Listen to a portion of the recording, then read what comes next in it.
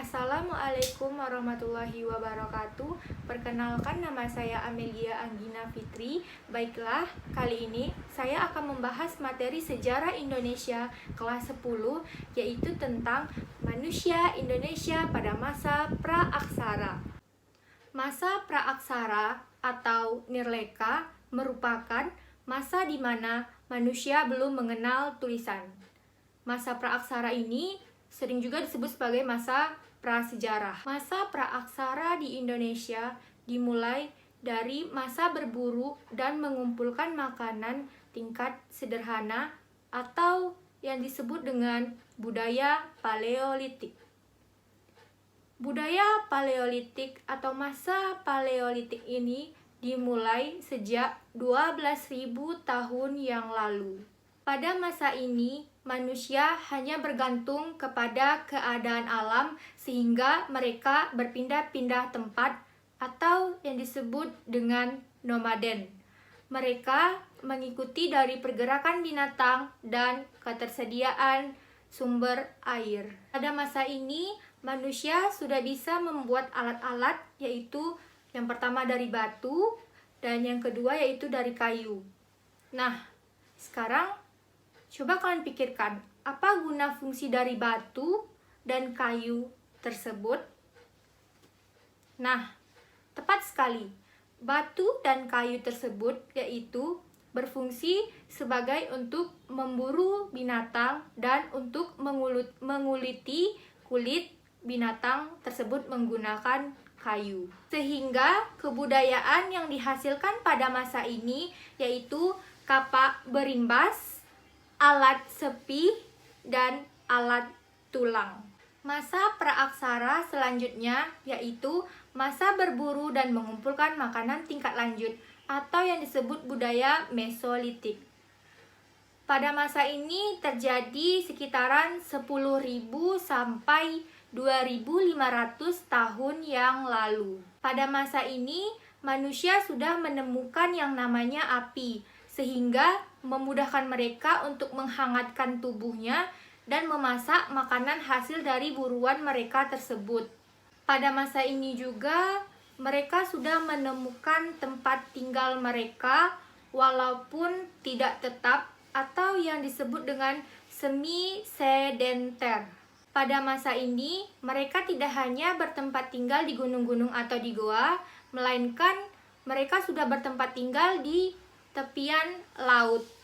Hal ini dibuktikan dengan adanya Kokken-Modinger atau tumpukan kerang yang merupakan sampah dapur dari masyarakat Mesolitik tersebut.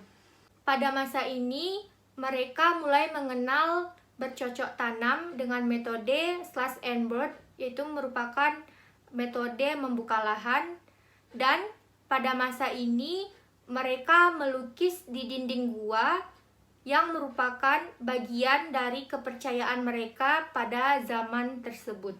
Masa praaksara selanjutnya yaitu masa bercocok tanam atau Neolitik yang terjadi pada tahun 1500 sebelum Masehi.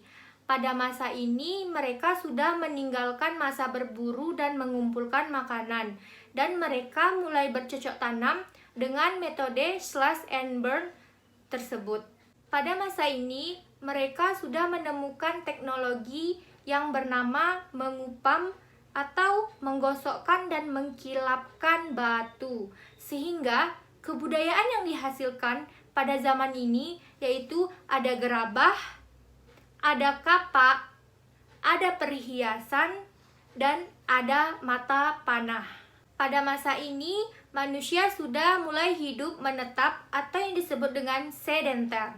Pada masa ini, manusia juga sudah memiliki kepercayaan, yaitu animisme dan dinamisme. Animisme merupakan keyakinan atau kepercayaan terhadap roh-roh nenek moyang. Sementara dinamisme merupakan keyakinan atau kepercayaan terhadap benda-benda yang diyakini memiliki kekuatan gaib. Masa praaksara di Indonesia yang terakhir yaitu masa perundagian atau megalitik atau yang sering dikenal dengan budaya logam. Masa ini terjadi 300 sebelum Masehi.